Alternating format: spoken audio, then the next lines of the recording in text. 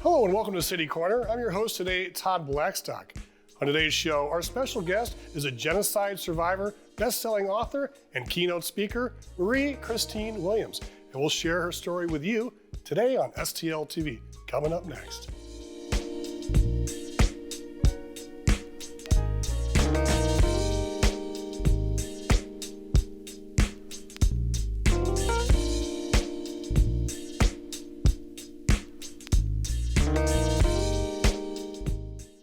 And welcome to the show. Our special guest today survived death squads for over 3 months during the Rwandan massacre of 1994 and lived to share her story. Welcome, Marie Christine Williams, to City Corner. Thank you so much for having me, Todd. I tell you, your story is such an inspiration. And, you had a tough childhood growing up. It sounds like, at a very young age, you were abandoned and had a pretty tough childhood. I know that it's a tough story, but you're happy to share it with us. Yes, I just feel like if you don't share your story, you will never overcome your past. So yes, I had a hard childhood. My life was very tough. I grew up abused by my father. And years before then, my mother abandoned me when I was 3 months old. So did you even ever get to meet or have any remembrance of your biological family, parents? So basically, I was raised by my grandmother, and at age 7 is when I moved to Rwanda to live with my father. So I never met my mother until actually I was around 17, almost 18 years old. Wow, that's amazing. Can you maybe give us a little bit of the details about the Rwandan massacre of 1994? Because, you were out there running and fleeing, and you had to do everything you could just to stay alive. Can you maybe set the table for us on how it all went down? Yes, actually, okay. In 1994, it was not just a genocide, it was just hatred between the people in the community. So we had a radio, it was kind of like hate propaganda where we the people were just promoting hate. If you're tall, you're Tutsi, you're one tribe, and if you're short, you're Hutu. It was not even about, people looked the same. They judged you by your height. Even today, it makes me so mad to think that over 1 million of people died because they were short or because they were tall. It's very complicated story because the stories began in 1950s where the Belgians became Rwandan colony and they created that issues. They wanted people to hate each other. They brainwashed people. They told them, hey, you're tall, you're a Tutsi, and if you're short, you're a Hutu. They created hatred. Then they told the Hutu tribe that if you're short and you're not smart, they brainwashed them. And most of those people didn't have education. So they were raised in hatred. And the children and the grandchildren, they were raised knowing that, hey, that person is tall, is a Tutsi, and you must hate them. Now you're in the middle though. You're tall, but you're not like 7 foot tall, and you're not short. So why would they go after you? Actually, I was 14 years old. I was taller than usual. Okay. Other kids. So in 1994, I found myself running for my life. I was running away. I didn't know where I was going. I heard people screaming and people were dying. As a child, I just wanted to survive because, because for me, I had a mission to prove my father that I was actually smart and I was worth living. And that was my mission then. 100 days naked by myself in a jungle, a biracial child who was trying to survive. It was tough. What did you do for shelter and food? I didn't have anywhere to go because I was hiding from everybody. I was target. I was biracial child in the middle of the third world country. The third world country, they don't even have mixed people there. It's everybody's the same. Everybody's Africans. Very rare you could see someone who's rather skinny like I was. Because of my mother, she's Caucasian. And So you were alone the whole time. I was around the whole time. I mean, did you eat tree bark? I mean, not being silly. I mean, what did you eat? Where did you get water? So I remember during the day I would hide because all the Hutu squads, they were out hunting for people. They were hunting us like animals. So I remember during the day I used to hide, and during the nights I would just go around and see if I can go in someone's garden and maybe if I can find fruits. And April, it was a rainy season. So it was very hard to survive. I don't know how I even made it out. So where did you finally end up? Where did you find your freedom and what day? You know, how did it all happen? Did one day you just came over the sunset and No, actually, for me, I just wanted to survive a day by the day. So I remember getting caught by these bad people. And marching me on a bridge. And before then, we were locked up in a school where they would have women and children. So every day they used to come and pick a couple of kids and a couple of women, and they would rape them and go ahead and kill them. But for some reason, I was kind of like invisible to them. And that's why I feel like my story is very powerful because it was the reason why I survived. They marched me off the bridge. They marched me on the bridge, hit me with the machete, throw me off the bridge like everybody else, and I survived. So it was a miracle that I'm here. so fast forward, how did you end up in the Midwest and in Missouri? St. Louis? Okay, so after a genocide, I went back to Europe. They found me in a hospital where someone found me, dropped me off in empty hospital in Kigali, Rwanda. And my grandmother wanted me back to Europe. So I went back in Europe. I was completely damaged. I was broken in so many different ways, including injured. So when I was back in Europe, I just lived there and I was in hospital. I did knee surgeries. I did a lot of different stuff to try to have a normal life. And I met a man from St. Louis. His name was David Roy Williams. We met in an airplane while I was going back to Rwanda to actually get closure to see actually what happened to me, to my family, to my friends, to my neighborhood. I remember him sitting next to me and asking me if I was going to Rwanda. So that's how I met him. Well, that's pretty interesting. And then unfortunately, I guess some effects of of being in war Yeah. kind of got the best of him. Yes, and actually, so when I got here, so basically we got married when I was very young, and I ended up here in 2008 when he actually died the same day I came here. I made a decision to stay here and raise my son. And my son now is going to be 18, and I'm still here. Wow. And I love St. Louis. Yeah. That's amazing. Now, you've been all around the world, and you actually know many different languages. How many different languages can you speak? And where's English with all the languages? Okay, English is the number 6 because Number I'm working 6? on it. I speak French. I'm fluent in French. I'm fluent in Romanian. I speak Rwandan, and I speak Swahili, and I speak Italian. I'm working on my English, number 6. So English is number 6, huh? Yes. Well, I only know one, and I know a little bit of Pig Latin, so you're way ahead of me on that. In 2014, you published The Dark Side of Human Nature.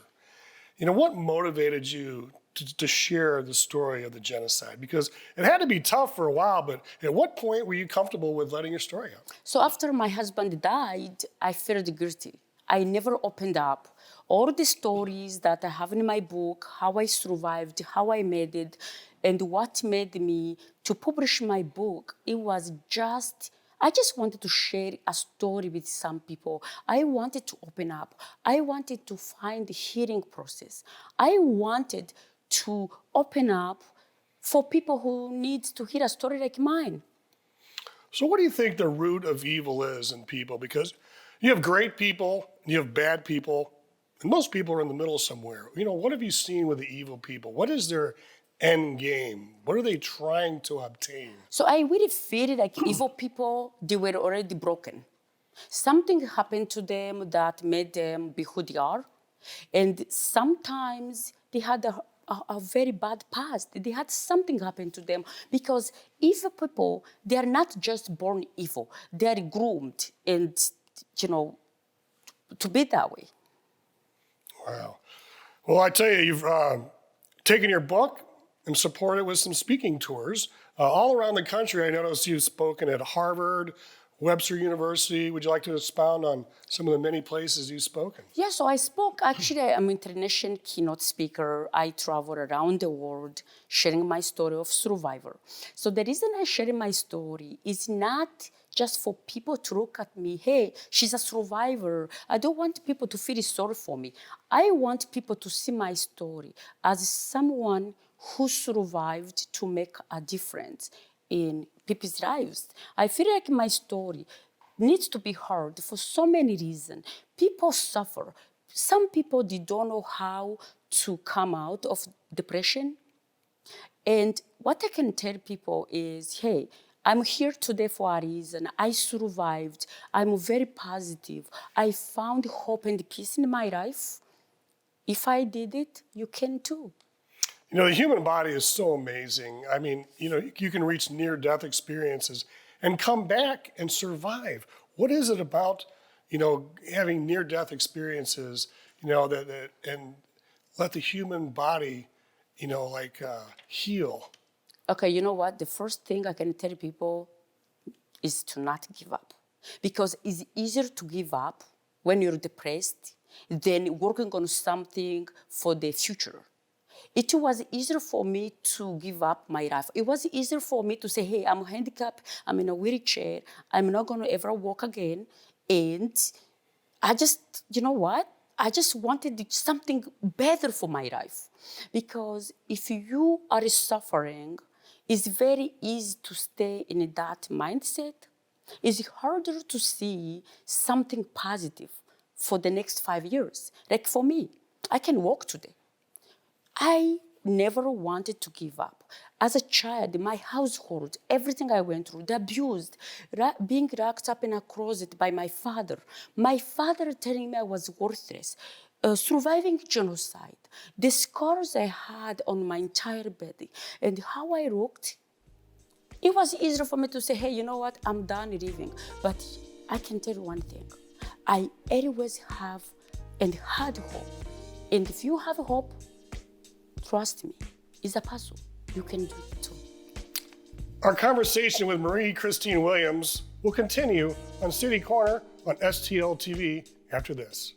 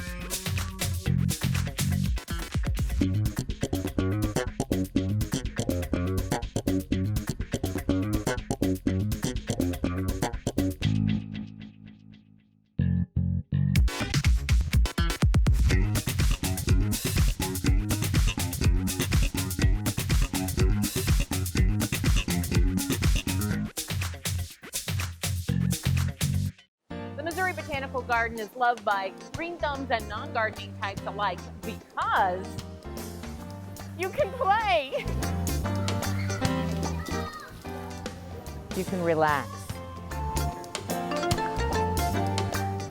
And there's always something new to experience, no matter the time of day or the season.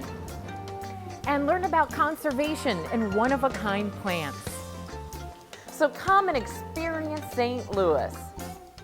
If you smoked, this new lung cancer screening could save your life. Visit SaveByTheScan.org. Oh, have you seen that piece on the Tiffany neighborhood on STL TV? No. Let me show you. My wife and I were looking for homes. We lived in the city all of her life, and there's just a different energy when you're in the city. Keep up with what's happening in your neighborhood. Watch STL TV. Be in the know.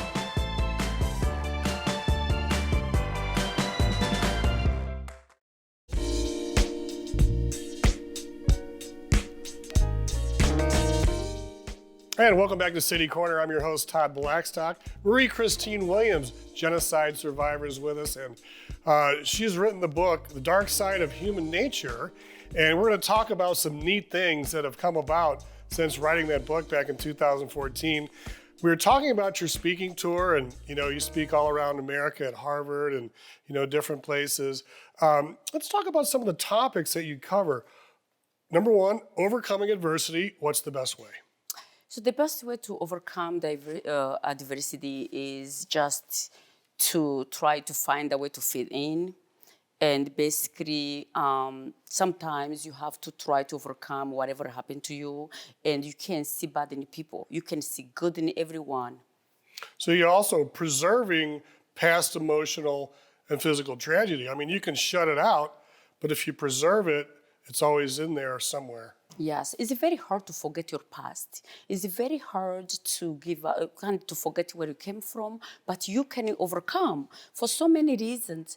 As for me, when I'm out there sharing my story, embracing people and loving people, that's how I do what I do. I guess inspiration and motivation is really key, and I'm sure it sits well with you to be able to share your story and get the positive feedback. You can probably see the look on people's faces in amazement, and then you can see people getting emotional hearing your story.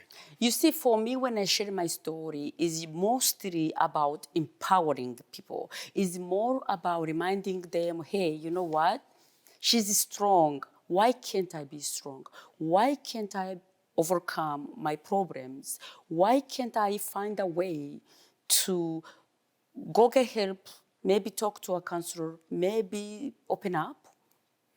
I guess diversion and inclusion is a very important topic, especially in this world today in 2022. I mean, nobody wants to be left out. Yes. I mean, you said it yourself. You were growing up in Africa as a biracial child, so you were a target of people's hate and bigotry.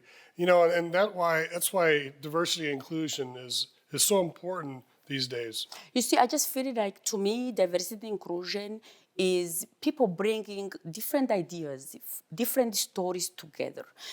Example for me, I grew up in Europe, I grew up in Rwanda. I have so much to offer. Basically, to me, diversity is when people who's from different corner of world come together and share ideas, share the history, share mostly about the traditions. I think it's more fun when people embrace and accept each other for who they are. Let's not forget about forgiveness. As hard as it can be, forgiveness is a good thing, because if you hold grudges, there's a hatred part in you.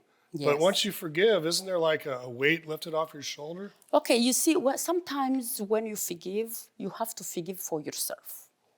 Because if you want to forgive someone just for them, then you're not doing a good job. So for me, I had to forgive people who attacked my family, who tried to kill me, the people who abused me growing up, so I can live a better life. So you forgive for your own soul, for your own heart, and you forgive so you can actually have a better future. And compassion. Yes. How important is compassion? Because a lot of people, they don't feel sorry for people. I mean, sometimes I admit I see a guy on the street corner, at the stoplight on Kings Highway begging for money, and it irritates me. But, I know maybe he's homeless, maybe he's not.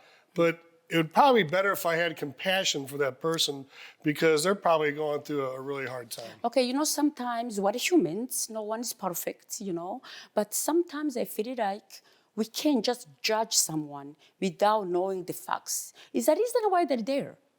Maybe they don't want to be there. Maybe they don't want to beg for money. But if we don't know someone's story, We can just say, assume that, hey, this is what's going on. Like for me, I was in a wheelchair. I never opened up about my past. I never opened up my story about what happened to me, why I looked the way I did. I was abused at schools. When I graduated from high school, kids used to make fun of me. They would kick my chair. I never opened up because I thought like nobody cared. Nobody wanted to hear about my life and why I looked the way I did. So I guess compassion is you never know what someone else is going through. So Yes. it's good. I'm glad I'm doing this because it kind of opens your mind and your heart a little bit. Thinking about, how we think we have it hard here in the United States sometimes, and I'd say it's a whole lot better country than 99% of the world. Okay, let me tell you something about that. When I moved here after my husband died, I was very mad. I was very angry. I wished I grew up here. I wished I grew up in a country where I can call 911. I can call somebody for help. I didn't have all that. I didn't have the access people here have. If you grew up in a third world country like I did, they grew up the way I did, they will appreciate everything this country has to offer. What's harder to overcome, mental or physical abuse? So for me, mostly mental. Because, physical abuse, you can, feel it the way, however you want to feel. But emotional pain is the worst pain ever. I used to see it and feel like my heart is shattered. I had a broken heart. I had a broken soul, and my spirit, I didn't even know how and why I found a way to be where I am today. Well, let's talk about the movie coming up. The Dark Side of Human Nature is caught on, and during your speaking tours and networking, it's, I guess, garnered the attention of Hollywood. Yes. And they're going to make a movie Yes. about your book and your story. Can you tell us a little bit about the company making this and your producers and all the fun? Because it's like kind of starting the ball rolling like right now, isn't it? Yes. Okay, basically, I'm working with the Brandtons films. The producer, many producers, his name is Tony Adler, and he's working with the Brandon Mansion. He's also part of the production company. But the person that I was actually surprised that wanted to be part of my project, our project. His name is Kees van Ostrom. Oh. He is the president of international firms. So he's very well known around the world. Wow. Do you think you're going to have a part in the film? Will you be helping to produce it? Will you have a small part in it? Yeah, so I'm going to do both because I'm going to be part of the directors. I'm going to be working behind the scenes with everyone to make sure that the story is told the way it's supposed to. Right, so you'll be there to make sure that they're going too much over in left field, and going to keep it as true as possible. Yes. Now, growing up, your story starts, obviously at just a few weeks of your life. How many people will be cast in your position? How many Marie Christine Williams will there be? Is it going to be a child, a teenager, and someone, Yes, so at this point, we're thinking about two different age gap.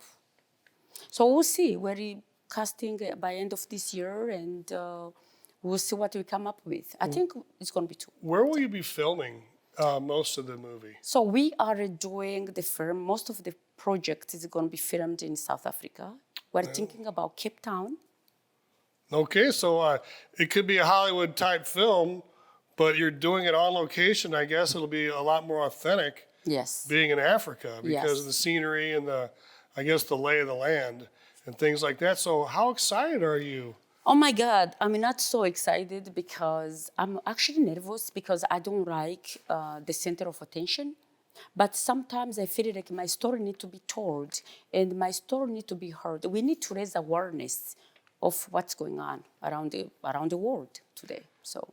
So what's next as far as the film comes? I mean, you've got the casting, the trailers will be out next year, and then Yes. will you go on another speaking tour to probably promote the film? So yes, we're gonna do all that, and I kind of feel like I need to make a plan about next year because we're gonna be busy traveling around and making the film. Yes, speaking is one of my favorite subjects. Yeah, and I you love do- sharing my story. Oh, you love sharing your story. You're a great speaker, and you're very active in networking groups in around St. Louis as well, getting to know different people. And with that, can you tell us a little bit about where you can get your book, and any final thoughts? So basically, you can get my book anywhere on Google. I'm on Amazon and 50 different platforms, wherever they sell books. So I understand you have a birthday coming up. I wanted to wish you a very happy birthday. Your birthday will be tomorrow, the day after this taping. And I know that you just celebrated the birthday of your daughter, Chantel. Yes. And it must be, quite exciting, but, quite life-changing to have, kids 18, 20 years apart. Yes. It's like so- restarting up again. Yes, I love it because I really, after my first husband died, I never thought I would find someone I love and care for, and someone who would be a father figure to my son. And my daughter, she was a beautiful surprise. So I'm very grateful. Well, I want to congratulate you and David, Thank you. for all you've done, and you're raising a beautiful young lady. And Chantel, seeing her running around and things is it's quite exciting, and we're very excited for your story. Any final thoughts? Yes, I just want to tell people who's listening to this show that remember to be grateful for what you have, be thankful, appreciate everything you have in your life, because other people, they might wish that they had your life. So be grateful for everything you have and embrace people you love, and also get involved in your community and be positive. Well, thank you so much for sharing your compelling story. You've lived a crazy life, but you turn it positive, and you're on the top of your game, and you've got a movie going on about your life, and I'm so happy for you. Oh, thank you so much. And thank you for joining us today. Yeah, thank you. Thank you. Well, that's our show for today. We'd like to thank Marie Christine Williams for sharing her epic story of the genocide from Rwanda, speaking, and their best-selling novel. I'm Todd Blackstock. Thanks for watching City Corner on STL TV. Experience St. Louis.